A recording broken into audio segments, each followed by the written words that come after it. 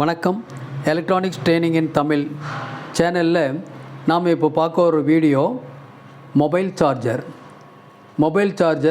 பற்றிய details. Mobile charger எப்படி work பண்ணுது, அந்த மொபைல் சார்ஜரில் கம்ப்ளைண்ட் வந்தால் நம்ம எப்படி ரெடி பண்ணலாம் அப்படிங்கிறத பற்றிய ஒரு வீடியோ. நிறைய ஸ்டூடெண்ட் கேட்டிருந்தாங்க. ஸோ அந்த பர்பஸுக்காக இந்த வீடியோ அப்லோட் பண்ணுறோம். மொபைல் சார்ஜர் எல்லாருமே யூஸ் பண்ணுறோம். ஒரு வீட்டில் 4 ஃபோன் இருக்கும், 4 விதமான சார்ஜர் இருக்கும். ஒரே சார்ஜர் எல்லாத்துக்கும் மேட்ச் ஆகாது, சிலது மேட்ச் ஆகலாம். ஒரு மொபைல் சார்ஜர் அப்படின்னு எடுத்துட்டால் அதனுடைய பர்பஸ் என்ன, அதனுடைய ஒர்க்கு என்ன அப்படின்னு கேட்டால், இது 220 வோல்ட் வீட்டில் வருது. 220 240 வோல்ட் ஏசி, அதை 5 வோல்ட் அல்லது 5.1 வோல்ட்டாக கன்வெர்ட் பண்ணுறது தான். அதென்ன கன்வெர்ட்டர்னு சொல்லியிருக்கேன். அப்போ வேறு எதாவது இருக்கா? ரெகுலேட்டர்னு ஒன்று இருக்குது, வேர்டு, அது அப்புறம் பார்த்துக்கலாம். 230 வோல்ட் ஏசியை ஒரு 5.1 வோல்ட் அல்லது 5 வோல்ட்டாக கன்வெர்ட் பண்ணக்கூடிய ஒரு சர்க்யூட்டு தான் மொபைல் சார்ஜர். ஓகே, மொபைல் சார்ஜரில் கம்ப்ளைண்ட் வருமா? கண்டிப்பாக வரும், வர்றதுக்கு வாய்ப்பு இருக்குது. வந்தால் எப்படி ரெடி பண்ணுறது, இப்போ அதை பற்றி தான் கிளாஸ். இப்போது இந்த மொபைல் சார்ஜர் பொறுத்த வரைக்கும் ஒரு மினி S.M.P.S அவ்வளோதான், சுவிட்ச் மோட் பவர் சப்ளை.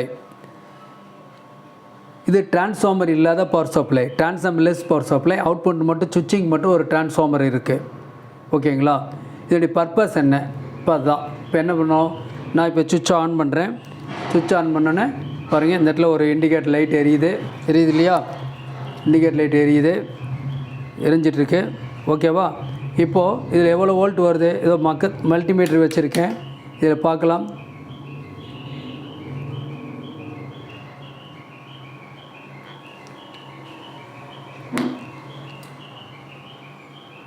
கிட்டத்தட்ட 5.6 வோல்ட் 5.6 வோல்ட் மல்டிமீட்டரில் வருது. ஓகேவா? இப்போது லைட் எரியுது, உங்களுக்கு சிம்பிளாக தெரியுது. ஜஸ்ட்டு அவுட்புட் வருதா இல்லையான்னு பார்க்குறதுக்காக தான். ஜஸ்ட்டு மீதியெல்லாம் எக்ஸ்ப்ளனேஷன் ஃபுல்லாக கம்ப்ளீட்டாக ஒரு ஸ்கிமேட்டிக் டயக்ராம் வச்சு இப்போ எக்ஸ்பிளைன் பண்ண போகிறோம். ஓகேவா? இப்போ வரக்கூடிய ஏசி வோல்ட்டு 230 வோல்ட்டுன்னு சொன்னேன் இல்லையா? 90 வோல்ட் ஏசி வந்தாலும் சரி, 290 வோல்ட் ஏசி வந்தாலும் சரி, இந்த சார்ஜர் வேலை செய்யும். அதனால தான் என்ன சொல்கிறோம், நம்ம நிறையா ஒரு வெளியில் பஸ்லாம் ட்ராவல் பண்ணுறோம், லாங் ஜர்னி, ஆம்னி பஸ்லாம். அதுலாம் பார்த்திங்கன்னா இந்த சார்ஜர் இருக்கும். அதில் என்ன பண்ணியிருப்பாங்க, 12 வோல்ட் அல்லது 24 வோல்ட் பேட்டரியிலேருந்து ஒரு இன்வெர்ட்டர் சர்க்கியூட் கொடுத்து, இன்வெர்ட்டர் சர்க்கியூட்லேருந்து அவுட்புட் எடுத்து ஒவ்வொரு சீட்லேயும் ஒரு ப்ரொவிஷன் கொடுத்துருக்குறாங்க. ஸோ சார்ஜர் இப்போ எல்லா இடத்துலையும் வந்திருக்கு, எல்லா இடத்துலையும் யூஸ் பண்ணிக்கலாம். ட்ராவலிங் எங்கெங்கே பண்ணுறோமோ அந்த இடத்துல எல்லாம் இப்போ சார்ஜர் வந்திருக்கு. சரி, இப்போது இது என்ன சொல்லியிருக்கோம், இது ஒரு லிட்டில் சர்க்கியூட்டு. இதை எப்படி நம்ம சர்வீஸ் பண்ணலாம், அதன் மூலிமா நம்ம எப்படி ஒரு கெயின் பண்ணலாம் அப்படிங்கிற பற்றிய வீடியோ. ஓகேங்களா? இப்போ இதெல்லாம் எடுத்துடலாம். இப்போது ஒரு டயக்ராம் இது நெட்லேருந்து டவுன்லோட் பண்ணியிருக்கு உங்களுக்காக. இதில் சர்க்கியூட்டில் பார்த்தீங்க அப்படின்னா இதில் 2 டிரான்சிஸ்டர் வந்திருக்கு. இந்த இடத்துல ஒரு டிரான்சிஸ்டர் நான் சொல்லியிருக்கேன். இது செகண்டரி, இது ஒரு செகண்டரி, இது பிரைமரி. நிறைய டிஃப்ரெண்ட் டைப் ஆஃப் மாடல் இருக்குது சார்ஜரில். அது சார்ஜரில் பார்த்தீங்கன்னா மார்க்கெட்டில் எப்படி வந்திருக்கு, 5 வோல்ட்டு தான், 5.1 வோல்ட் தான். ஆனால் எப்படி இருக்கும், இது 1/2 வாட் சார்ஜரில் ஆரம்பித்து 1 வாட் 2 வாட் 3 வாட் 5 வாட் அப்படிலாம் போய் அப் டு என்னாச்சு உங்களுக்கு 32 வாட்ஸ் 64 வாட்ஸ் வரைக்கும் வந்திருக்கு. அப்படின்னா என்ன அர்த்தம், இப்போ லேட்டஸ்ட் மாடல்லாம் வந்தீங்கன்னா ஜஸ்ட் ஒரு 1/2 ஹவர்லேயே பேட்ரி ஃபுல்லாக சார்ஜ் ஏறிடும். அந்த அளவுக்கு வந்திருக்கு. முதல்ல மாதிரி 8 மணி நேரம் 10 மணி நேரம் வெயிட் பண்ணணும் அப்படிங்கிறலாம் இல்லை. அது மட்டும் இல்லை, ஒவ்வொரு சார்ஜரும் ஒவ்வொரு விதமாக இருக்கும், ஒவ்வொரு சர்க்கியூட் இருக்கும். எல்லா சார்ஜருமே S.M.P.S பேஸ்டு தான். ஓகேவா? 90 வோல்ட் ஏசி வந்தாலும் சரி, 290 வோல்ட் ஏசி வந்தாலும் இந்த சார்ஜர் வேலை செய்யும். ஓகே, நான் ஏற்கனவே ஒன்று ஸ்டார்ட் பண்ணும்போது சொன்னேன், ரெகுலேட்டர் வேறு கன்வெர்ட்டர் வேறேன்னு சொல்லியிருக்கேன். ரெகுலேட்டர்னு என்ன, ஏற்கனவே நம்ம பார்த்துருக்கோம், வீடியோலாம் நிறையா பார்த்துருக்கோம். அதில் ஒரு பவர் சப்ளைன்னு எடுத்துட்டோம்னா ஒரு டிரான்ஸ்ஃபார்மர் மூலிமா 230 வோல்ட்டை என்ன பண்ணிடலாம், ஒரு 12 வோல்ட்டாக நம்ம ஸ்டெப் டவுன் டிரான்ஸ்ஃபார்மர் மூலிமா ஏசி வோல்ட்டு குறைச்சிட்டு, தென் அதுக்கப்புறம் ரெஃப்ரிஜரேட்டர் பேரை போட்டு என்ன பண்ணிடலாம், ஒரு 12 வோல்ட் டிசியாக மாற்றுவோம். அதுக்கப்புறம் ஒரு ரெகுலேட்டர் ஐசி யூஸ் பண்ணுவோம். 7805ன்னு ஒரு ரெகுலேட்டர் ஐசி இருக்கும். அதன் மூலிமா 5 வோல்ட் அச்சீவ் பண்ணலாம். அது கொடுத்தாலும் ஃபோன் வேலை செய்யும். ஓகேவா? ஆனால் அதில் பவர் ஃபேக்டர் அப்படின்னு ஒரு இருக்குது. ரொம்ப உள்ளே போக விருப்பப்படலை. அந்த பவர் ஃபேக்டர் வந்து அதில் லாஸ் ஆகும். இந்த கன்வெர்ட்டரில் பவர் ஃபேக்டருங்கிறது எரரே இருக்காது. ஸோ உங்களுக்கு ஃபுல்லாக யூட்டிலைஸ் ஆகும். அதாவது கரண்ட் கன்சம்ஷன் கம்மியாக இருக்கும். விஷயம் அவ்வளோதான். ஓகேவா? இப்போ என்ன பண்ணலாம்? இப்போ பாருங்கள், இதுதான் சர்க்யூட்டு. இந்த சர்க்யூட் பார்க்குறதுக்கு முன்னாடி இப்போ பார்க்கக்கூடிய நியூ கமர்ஸ் யாராவது வீடியோ பார்த்துட்டு இருந்தாங்கன்னா அவங்க லைக் பண்ணுங்கள், ஷேர் பண்ணுங்கள், சப்ஸ்கிரைப் பண்ணுங்கள். சப்ஸ்கிரைப் பண்ணால் தான் அப்போ உங்களுக்கு நாங்கள் போடக்கூடிய அப்டேட் பண்ணக்கூடிய ஒவ்வொரு வீடியோவும் உடனே வந்து சேரும் நோட்டிஃபிகேஷனாக. இந்த சேனல் வந்து எலக்ட்ரானிக்ஸ் ட்ரைனிங் இன் தமிழ். இந்த சேனல் தமிழில் உங்களுக்கு ட்ரைனிங் வந்து ப்ரொவைட் பண்ணுறோம். இந்த ட்ரைனிங் கொடுத்துட்ருக்கோம். உலகத்தில் எந்த மூலையில் இருந்தாலும் சரி, தமிழ் தெரிஞ்சவங்க எல்லாருமே இந்த வீடியோவை பார்க்க முடியும். நீங்கள் உங்கள் லைஃப்பை வந்து கொஞ்சம் அப்கிரேட் பண்ணிக்க முடியும் எலக்ட்ரானிக்ஸ்குள்ளே வரதுனால. அப்போ உங்களுக்கு இந்த நாலேஜை வந்து ப்ரொவைட் பண்ணிகிட்ருக்கோம்.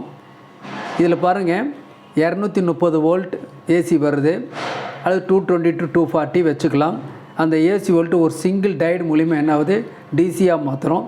ஆஃப் வேர் ரெக்டிஃபையர் தான், ஒன்றும் ப்ராப்ளம் ஒன்றும் இல்லை. ஒரு டயடு யூஸ் பண்ணால் அது ஆஃப் வேர் ரெக்டிஃபையர். அந்த டிசி வோல்ட்டு நேராக என்ன பண்ணுது, இந்த டிரான்ஸ்ஃபார்மருடைய ப்ரைமரிக்கு போகுது. இந்த ப்ரைமரி வழியாக இந்த சுவிட்சிங் டிவைஸ் இந்த டிரான்ஸ்னுடைய கலெக்டருக்கு வோல்ட்டு வருது. வந்த உடனே இந்த டிரான்சிஸ்டர் ஒர்க் பண்ணுமா அப்படின்னு கேட்டால் ஒர்க் பண்ணாது.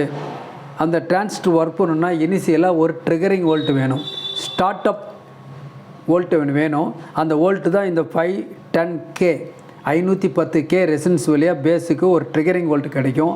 கிடைச்சோடனே இந்த டிரான்சிஸ்டர் ஒரு செகண்ட் ஒரு துடிக்கும். அந்த துடிக்கும் போது ஒரு back EMF force, electro magnetic inductive pulse create ஆகும். இந்த செகண்டரிலையும் க்ரியேட் ஆகும், இந்த செகண்டரிலையும் க்ரியேட் ஆகும்.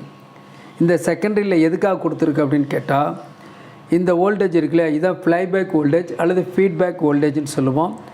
அந்த வோல்டேஜ் வரக்கூடிய வோல்டேஜ் என்ன பண்ணி, இங்கே ஒரு ரெகுலேட்டர் செக்ஷன் இருக்குது, கம்பேரட்டர், எரர் ஆம்பிளிஃபையர் இந்த டிரான்ஸ்ல இருக்குது, ஒரு ஜீனர் டயோட், தென் ஒரு டயோட், இங்கே ஒரு டயோட் இருக்குது. இதில் யூஸ் பண்ணுற diode 4148 HF diode, high frequency rectifier, IN 4007 இங்கே இருக்கு இல்லையா, 4007 இருக்குது.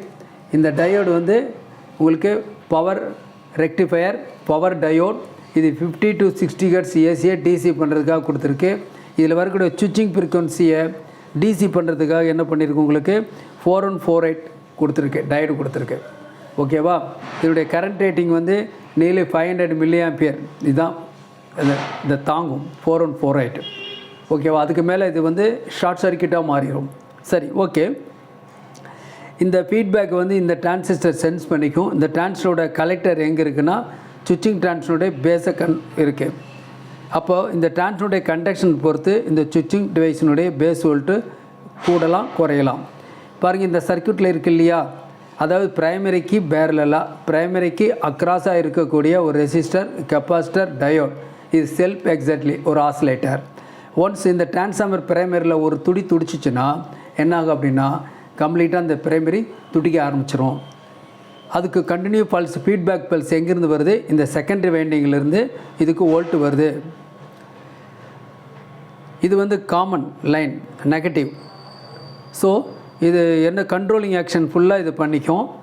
இது வந்து சுவிட்சிங் டிவைஸு, இது டிரைவர், இது வந்து ஆசிலேட்டர், உள்ளுக்குள்ளே கம்பேரட்டர் கம்பேராக இருக்குது. இது வந்து செல்ஃப் எக்ஸாக்ட்லி ஆசிலேட்டர். இது செகண்டரி வைண்டிங். செகண்டரி வைண்டிங் பற்றி உங்களுக்கு தெரியும். இந்த பிரைமரி கண்டினியூவாக துடிக்கும் போது செகண்டரிலையும் இன்டியூஸ் ஆகும். அந்த வோல்டேஜ் நேராக இந்த டிரான்ஸ்ஃபார்மருடைய பேஸை கண்ட்ரோல் பண்ணும். அதன் மூலிமா இந்த சர்க்யூட் ஆப்ரேட் ஆகிட்டே இருக்கும். எப்போயாவது எக்ஸஸ் வோல்ட் கூடி குறைஞ்சி வந்துச்சுன்னா இந்த சர்க்யூட்ஸ் இருக்க வோல்டேஜ் டிவைடர் நெட்வொர்க் இந்த இடத்துல இருக்குது. இது என்ன செய்யும், உங்களுக்கு இந்த டிரான்ஸ்ஃபார்மருடைய பேஸ் வோல்ட்டை மாற்றும். இந்த டிரான்ஸ்ஃபார்மருடைய பேஸ் வோல்ட்டை மாற்றினால இந்த கலெக்டர் வோல்ட் மாறும். இந்த கலெக்டர் வோல்ட் மாறுறதுனால இந்த சுவிட்சிங் டிவைஸினுடைய பேஸ் வோல்ட் மாறும். அதன் மூலிமா சுவிட்சிங் மாறும். சுவிட்சிங் மாறினால அவுட்புட்டு ரெகுலேட் ஆகிக்கும். இதில் வர்ற அவுட்புட்டு 6 வோல்ட் டிசி அவுட்புட் வெளியே வருது. இதில் சாதாரணமாக ஒரு செகண்டரி ஆஃப் வேர் ரெக்டிஃபையர் தான். நேராக உங்களுக்கு ஒரு ஃபில்டருக்காக ஒரு கண்டென்சர் போட்டிருக்கு, அவுட்புட் எடுத்துருக்கு. இதுதான் இந்த டோட்டல் சர்க்யூட். ஓகேவா? எதுக்காக சர்க்யூட் பற்றி எக்ஸ்பிளைன் பண்ணியிருக்கோம். முதல்ல ஒரு சிம்பிளாக ஒரு சர்க்யூட்டுக்கு போனோம்னா அடுத்து எந்த ஒரு கிரிட்டிக்கலான சர்க்யூட்டும் பார்க்க முடியும். எந்த ஒரு எலக்ட்ரானிக் சர்க்யூட்டை நீங்கள் சர்வீஸ் பண்ணுறதா இருந்தாலும் ஏற்கனவே நான் சொன்ன மாதிரி உங்கள்கிட்ட ஒரு ஸ்கிமேட்டிக் டயக்ராம் கண்டிப்பாக இருக்கணும். இருந்தால் தான் 100% சர்வீஸு பெர்ஃபெக்டாக பண்ண முடியும். வெறுமனே போர்டு எடுத்துகிட்டு இது போயிருக்குமா அது போயிருக்குமா, இது ஃபெயிலியர் அது ஷார்ட்டுன்னு ஒரு கற்பனையை எதையோ மாற்றி முயற்சி பண்ண வேண்டாம். எல்லாம் டைம் தான் வேஸ்ட் ஆகும், ரெடி ஆகாது. இந்த மாதிரி ஒரு கெட் கிளியரான ஒரு ஸ்கிமேட்டிக் இருந்துச்சுன்னா நம்மளால் ஃபால்ட் அட்டன் பண்ண முடியும். ஸோ அவுட்புட்டில் 5 வோல்ட் ஆர் 6 வோல்ட் வருதான்னு பார்க்குறோம். வரலைன்னா எஸ்எம்எஸில் அவுட்புட் வரல. தென் இந்த சுவிட்ச் நீட் கலெக்டில் சுவிட்சை ஆன் பண்ணும்போது இந்த இடத்துல கிட்டத்தட்ட 250 வோல்ட் இந்த இடத்துல 10 MD கெப்பாசிட்டர் கொடுத்துருக்கு. இது வந்து 350 to 450 வோல்ட் அந்த வோல்டேஜ் கலெக்டரில் வரும். சுவிட்ச் ஆன் பண்ணும்போது கலெக்டரில் அந்த வோல்ட் வரல அப்படின்னா ஒன்று இந்த டிரான்ஸ்ஃபார்மர் பிரைமரி ஓப்பன், இல்லை அப்படின்னா இந்த கெப்பாசிட்டர் ஷார்ட்டாக இருக்கலாம், அதனால் வோல்ட் வராமல் இருக்கலாம், இல்லை டயோடு ஓப்பனாக இருக்கலாம், இல்லை ஏதாவது ட்ரை சால்டிங் இருக்கலாம். ஓகேவா? இந்த இடத்துல கொடுக்குற 10 ohms வந்து இன் கேஸ் ஆஃப் சர்க்யூட்டில் ஏதாவது ஃபெயிலியர் அப்படின்னா இது வந்து ஃபீஸபிள் ரெசிஸ்டன்ஸாக ஒர்க் பண்ணும். இது ஓப்பன் வந்தாவே இதுக்குள்ளே ஷார்ட் இருக்குதுன்னு அர்த்தம். பர்டிகுலராக இந்த டிரான்ஸ்ஃபார்மர் ஷார்ட் இல்லைன்னா இந்த டிரான்சிஸ்டர் ஷார்ட் கண்டிப்பாக இருக்கும். இந்த ஜீனர் டயோடு பொறுத்த வரைக்கும் நம்ம என்ன பண்ணலாம், கூல்டு செக் பண்ணி கண்டுபிடிச்சிடலாம். 4148 அதே மாதிரி தான். ஆர்டினரி டயோடு பவர் டயோடு எப்படி செக் பண்ணுறோமோ அதே மாதிரி தான். அதனால் ரெண்டுமே கூல்டு செக்கே கண்டுபிடிச்சிடலாம். டிரான்சிஸ்டர் செக்கிங் மெத்தடெல்லாம் உங்களுக்கு சொல்லியிருக்கேன். இன்னும் அடுத்தடுத்த வீடியோலாம் டிரான்சிஸ்டர் செக்கிங் மெத்தட், ஒரு பிஎன்பி டிரான்சிஸ்டர் எப்படி செக் பண்ணுறது, என்பிஎன் டிரான்சிஸ்டர் எப்படி செக் பண்ணுறது, பவர் டிரான்சிஸ்டர் டிஃப்ரெண்ட் மாடல் எப்படி செக் பண்ணுறது, போத் அனலாக் அண்ட் டிஜிட்டல் மல்டிமீட்டரில் எப்படி செக் பண்ணுறதுங்கிறது தெளிவான விளக்கு உரையோடு உங்களுக்கு வந்துக்கிட்டு இருக்கோம். மோர் ஓவர் உங்களுக்கு என்ன சொல்ல போகிறோம் அப்படின்னு கேட்டால், எங்களுடைய ட்ரைனிங் இன்ஸ்டியூஷன் நடத்திட்டுருக்கோம். அந்த ட்ரைனிங் இன்ஸ்டியூஷன் மூலிமா நிறைய பேருக்கு ட்ரைனிங் கொடுத்துட்ருக்கோம். ஆன்லைன் ஆஃப்லைனில் கிளாஸ் நடந்துருக்குது. பார்ட் டைம் இருக்குது, ஃபுல் டைம் இருக்குது, வீக்கெண்ட் கிளாஸ் இருக்குது, டிஃப்ரெண்ட் டைப் ஆஃப் கோர்சஸ் இருக்குது. ப்ராஜெக்ட் டிசைனிங்னு ஒரு கோர்ஸ் இருக்குது பிகினர்ஸுக்காக. தென் செல்ஃபோன் ட்ரைனிங் இருக்குது, சிஆர்டி டிவி ட்ரைனிங் இருக்குது, எல்சிடி எல்இடி டிவி ட்ரைனிங் இருக்குது, home theatre assembling and trouble shooting training இருக்குது, யூபிஎஸ் இன்வெர்ட்டர், தென் எமர்ஜென்சி லைட் கம்பைனாக ஒரு கோர்ஸ் இருக்குது. உங்களுக்கு எந்த கோர்ஸ் விருப்பமோ அந்த கோர்ஸ் நீங்கள் படிச்சுக்கலாம். அதன் மூலிமா உங்கள் வாழ்க்கை தரத்தை மேம்படுத்திக்க முடியும். ஓகேங்களா? இந்த வீடியோ பாருங்கள், விருப்பப்பட்டால் சப்ஸ்கிரைப் பண்ணுங்கள். ஓகேங்களா? உங்கள் ஃப்ரெண்ட்ஸுக்கு அனுப்புங்க. நெக்ஸ்ட் வீடியோவில் சந்திக்கலாம். தேங்க்யூ ஃபார் வாட்சிங்.